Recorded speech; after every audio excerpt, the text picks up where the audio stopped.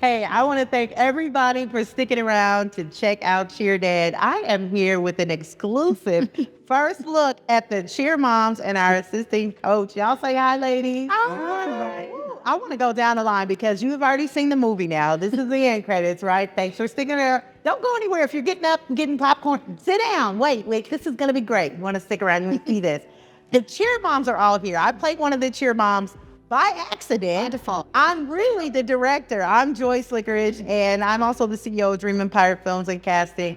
So excited to have the opportunity to bring this amazing story to the masses, to bring it to light. But I couldn't have done it without these beautiful ladies sitting to my left. So I'm gonna start with you, Tammy, AKA our Karen. So tell us a little bit about your character, how you connected with her. Is she anything like you really are? I hope not. So, okay. I'm not either, but we all have our moments, don't we? We're human after all.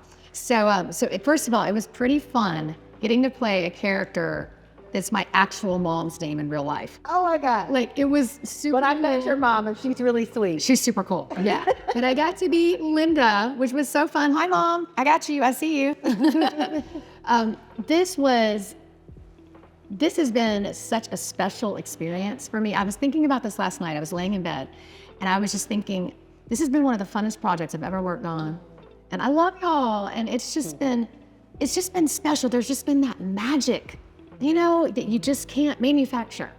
And I love you, Joyce. These are like my sisters now, and I've made friends for life. And it was fun for me to play because for most of y'all that know me, I am so not like that in real life. I am very nice. And I might know something we don't, but it was just fun getting to just explore a different side of myself and kind of play an energy that I'm not in normal real life. You are so sweet. You're the light. When she comes to set, she just lights up the room. So thanks for being a part. It was wonderful working with you. First time won't be the last time. Oh, and we can't wait for the next one. So people can find out what you're doing next. Thank you, guys. Yeah. So my real name is Stephanie. Okay. And last name's Olney. Stephanie Olney. So look out. Look out. She's gonna be doing some amazing things. Thank you so much for coming out today, for being a part of this. And now we're gonna move over to Miss Nadine, AKA Deja. Deja is Diva. Let me just say this. So everybody played these characters that are really not too close to who they are. Okay, maybe a couple of guys, but she's really the diva all the time. So if I go anywhere with Nadine, I know I need to come dressed to the nines. Yeah. Because she's like this. She goes to the grocery store like this, right? And her home is fabulous, and I just love her. Anyway, tell us about your character. How close is she to who you really are? So when I got booked for Deja, I was like, I read the script and I'm like, perfect. This is me actually, I mean, my friends always say, Nadine, do you even own a pair of sneakers? I'm like, I wear sneakers to the gym, but wearing it out in public, growing up, I always, like dressing up, like makeup, like doing those things for myself. So I'm like, Deja fits that character. So I embodied her. And then when I went on set and I met these lovely ladies, they're looking at me like, where she's going? So when I go out with my friends, they expect me to be in these tall heels. I mean, I have 6-inch stiletto heels. I've seen your closet. Because, my thing growing up, literally growing up, because I'm 5'4", I'm short. So that's the reason why I wear heels, because I'm like, I've always wanted to be taller. So now, where are you from? I'm from Jamaica, y'all. Jamaica. Yeah, so I'm always going out wearing my heels. Everywhere that I go, I wear my heels. I mean, it's kind of pushing it when you say go to the supermarket. I mean, I do have flats I wear to the supermarket. You too. But on Cheer Mom, I mean, I really loved it. It embodies me to the fullest. And, I enjoyed it. And like Stephanie said, this is my other family, and I love you guys. And thank you, Joyce, for the opportunity. I love it. No problem. I'm sure we'll see each other again. You're stuck with me. Yes. She was the nice one, too. She was one of And I was the nice one. good in every. That character was that Yes. sweet, wholesome. I wasn't the nice one. I think my character was like the catty one. Making fun of Coach. I was messy. She's always messing with the coach, and I'm like, no, he's really sweet. Give him a chance. know, You know what I mean? yeah. Making the funny Yes, I'm always positive, and I'm the same way in real life. I'm always positive. You are positive. Energy to everybody. She is, y'all. She really I is. love it. So I think you balanced out the cheer moms because I was like loud and obnoxious and always eating my nachos and having fun. And like you were witty with the W and you were like nice and well-rounded. Right. And Encouraging. and our lovely assistant coach, Chris. I think he was a lead coach. He was the assistant coach when he stepped up and he left. Right. It's okay. So tell me, like, how close is this to what you do? I know what you do, but they don't know what you do. Tell them what you do. Right. Well, I'm actually a dance teacher, choreographer. I'm the director of the Atlanta Historic Dance Company. And so I direct dancers and people all the time, not usually teens. And did get a few kicks in there, but I wasn't warmed up, so that was kind of interesting for me to okay, I have the acting hat on, and then it's like, oh, I'm going to do high kicks. Well, they're not that high, but that's okay. Yeah, overall, it was very close to what I do, and I absolutely loved being on this set. It wasn't just having a part and you feel this competition from the other actors. There was this wonderful camaraderie. And it was, oh, hey, girl, you've got some mascara. Let's fix that. Oh, your hair is looking crazy. Let's fix that. Let's try to do things. Supporting each other. And it was this wonderful feeling of family that you don't often get on set. So it was really, really fantastic. And it was great working with you. We've been talking about working for years, so we finally got the chance to work together. And you brought a warmth to your character. The kids loved you and gravitated toward you, like naturally. Like she was like the kid mom on set for real. Like another hand. And just we loved having you on set. So thanks for being. I did bring my. Over to your drunk counter. I want you to Every time I see her now, I'm looking for the whistle. I let my son watch the film, and you're his favorite. I like that drunk grandma. Funny. She's up I didn't bring my flatter today. I almost did though. So Grammy Tammy, you were kind of let me just give some context. So when I wrote the script originally, when Patrick and I worked together, we wrote it as a short film, and then we kind of went all in and said, let's just do the whole darn thing. And there was this opportunity to add more of what really happened in his story. And so at the last minute, when we talked to him, we'll talk about this. At the last minute, I remember hitting him up and saying, I need to hear all the dirt about the cheer moms. What are some of the things they did? What are some of the funny moments you had? What are some of the experiences? Because I wanted this to be authentic. Yeah, we did create kind of a fictional version of the story and took a few creative liberties, but there were some really funny people that he interacted with along the way. I don't think there was a Grammy Tammy. I was just going to ask that. I think we invented you because I needed more of a comedic relief. And you're a flirty granny that is hot. You're a hot granny. Right. Hot granny, right? And I think the drinking scene was just an added fun. Right. So tell me a little bit about her. And hopefully you're nothing like that in real life. I'm actually very different. Well, no, I could say I'm flirty, definitely. Flirty, anybody out there? Anyway. You never know. Old theater. Never know. The drunk part, I've never been drunk and I don't drink. So that was kind of a stretch, but fine. That was some good acting. Yeah, played that part really well if you don't drink. So, funniest moment for you on set. Tell me. I know there was The like. funniest moment was when we were at the house at the party and we come in and I had to. Coaches up. I could give you permission to do that. And she was like, do you want me to really? I'm like, get it.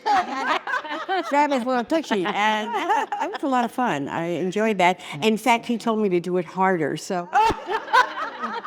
You did. Make it count. Later. Make it count. Make it count. And his side of the story, like, Right. yeah. Well, overall, I just wanted the audience to have an opportunity to get to know you guys personally. Be on the lookout for these ladies. They're doing amazing things in film. I'm so grateful that I had the opportunity to work with each and every one of you guys. And we'll wrap up this part of the interview, but you guys stick around because I want you to meet the real Patrick in just a minute. Okay. Well, I don't know about you guys, but I'm excited to be here. I'm Patrick. No, I'm Patrick. Well, I mean, I'm Patrick. No, I'm Patrick. Actually, that's true. He is Patrick, but I'm Patrick. Okay, I'm Tim. So, how does it feel to finally meet each other, guys? Well, just speaking for me, it was honestly kind of like meeting myself, because the first thing I said to him was, I was totally that dad, right? Because in my work, I was stay at home a lot. My wife worked like long hours. She was a nurse. And so I did all that stuff. I was the guy at all the meetings and doing all the stuff with my kids. So that was bonded right away on that. And I think and Tim did just such an incredible job. I mean, for years and years and years, my wife and I used to tease that no one wants to be me when you look at my life. And, seeing what Tim was able to do on screen, he just captured this role so well. I don't think anyone could have done a better job with this film. Well, I was him. I mean, we have such a similar, background. I know you have such a cool blended family. Mine is figuratively that way because we started out very late in life doing that. So we never even thought we'd have kids, and then all of a sudden we had two, and I get lumpy saying it. It changed my life. So cool. And today we literally found out that Tim and our wives are from the same small town in Massachusetts. Absolutely true. Who would have thunk it? And the girls wore the same shoes. Yes, that was the universe. So, girls, how did it feel to meet yourself? It was crazy to meet her. I mean, I was 13, 12 when this actually happened in real life. And I mean, you really look like me when I was younger. Like, it was kind of freaky. And I was nervous to meet you. But she was really sweet, really nice, and we really hit it off. It was great. Yeah, I was really nervous because I was like, oh, I hope I represented her in like a good way. I hope I really showed her story well in the movie. And I was just like nervous because I really wanted them to think that I did a good job, because I just wanted to represent myself. I was like, I don't know, I just wanted a good first impression. I love that. There was actually another cool association. I don't know if you know this or not, but I spoke to, we got immersed in this. Like, we did competition, or at least, the choreography and all that. And I spoke to the owner of one of those facilities, and she said, oh, my husband has had no choice. He has been a part of this for the last 5 years, and I make him unload this and go do that. And so that was something I wasn't sure I could catch up on fast enough. And yet, because I talked to her and found out exactly just how intense it is and how many competitions and all that, I got immersed in it immediately. And I know you did too, Joey. So we talked about the fun part. Let's get into the emotional story that happened. There were some moments in the film, Tim, you really knocked it out of the park. And these were real moments that I talked to the real Patrick about. The moment that you were advised to yell at your child and make an example out of her. I think any parent who's ever coached their child, doesn't matter if they're a boy or a girl, there are difficulties in doing it. How do you separate being a coach versus being a parent? And when I was trying to get ready for this, I had no background in cheerleading. I know that's a surprise to anybody. But one of the things as I was going through and getting my certification, it talked about how, if you really want to be an effective coach, make an example of your child. Don't yell at the other children. Really single your own child out. Make sure they know you're using them as an example. And, I remember talking to Anna before the season and saying, at some point I'm probably going to single you out. It's not because you did something wrong. It's because I need the rest of the team to listen. And if I make an example of you, they're going to take that really seriously. If I'm yelling at you, everybody else is going to pay attention. And I remember it was the night, I think it was the week before a competition. And I was having to go into New York City. I had a board meeting the next day. I'm sitting there at competition. I'm in a suit and tie. And we were a hot mess. And it was not Anna's fault. But I did what the training told me to do. I yelled at Anna.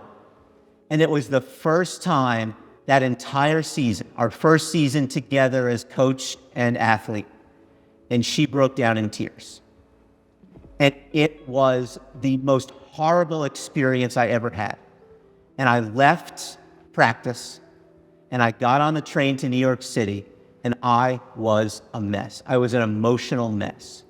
And I remember I texted my wife and then I texted Anna and I didn't even have the words to properly apologize. And I remember she was so gracious and just sort of said, it's okay. And I knew it wasn't. It never felt, even to this day, it didn't feel okay to me.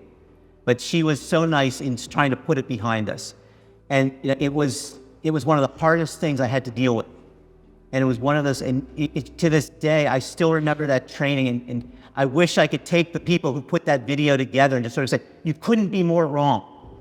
But it just has stuck with me all of these years.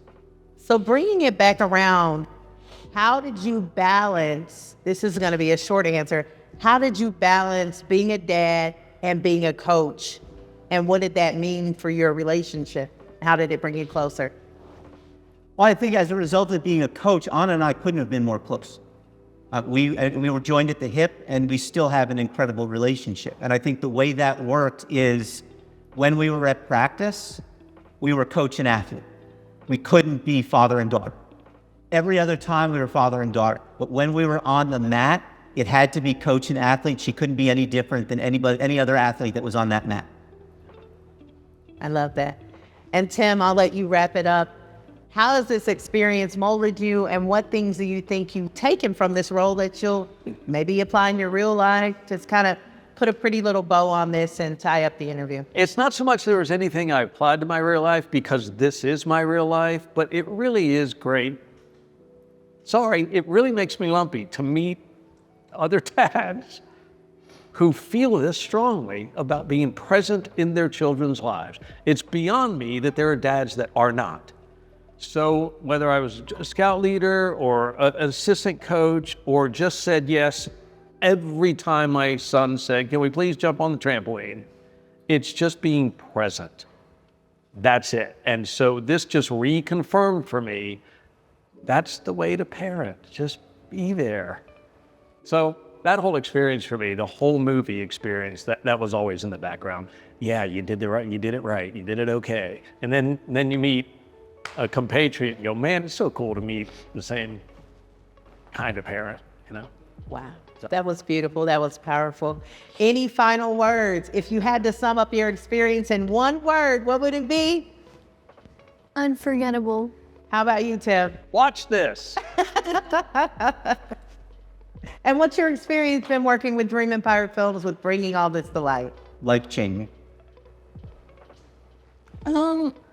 Thrilling. I mean, I really didn't know what to expect. I never thought that my life would turn into a movie and his book and everything, and it's great. Like, you casted amazing people. When y'all two met for the first time and I was able to see, I was like, they are so alike. So perfect. And then when I met you, I was like, she's perfect. You can find The Edna Cherbo available on Amazon and available through Barnes & Noble online. Wonderful book, relatively inexpensive. It's a quick read. It's an emotional read. It's something that every father, every mother, every student athlete, and quite frankly, just about any parent should be reading to better understand how to connect with your child.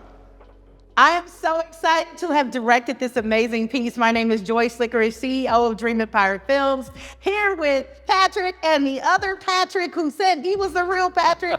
You want to check out this film, Father's Day weekend. It will be streaming everywhere, but you heard it here first.